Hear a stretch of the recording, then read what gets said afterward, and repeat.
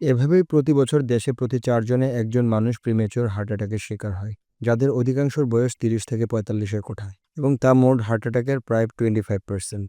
আর এই অনাকাঙ্ক্ষিত ঘটনার একমাত্র কারণ হলো অনিয়ন্ত্রিত লাইফস্টাইল। তাই তো দ্য ওয়ার্কআউট ক্লাব নিয়ে হলো 100 days lifestyle rebuild programme. Lifestyle coach হিসেবে থাকছি আমি মোহাম্মদ ইসমাইল। ১২ বছর ধরে আছি হেলথ অ্যান্ড ফিটনেস ইন্ডাস্ট্রিতে। কাজ করেছি এনিটাইম ফিটনেস, বিলিভ ফিটনেসের মতন গ্লোবাল সব হেলথ ক্লাবের ক্লায়েন্টের সাথে অ্যাজ এ লাইফস্টাইল কোচ। বিস্তারিত জানতে কন্ট্যাক্ট করুন দ্য ওয়ার্কআউট ক্লাবের সাথে।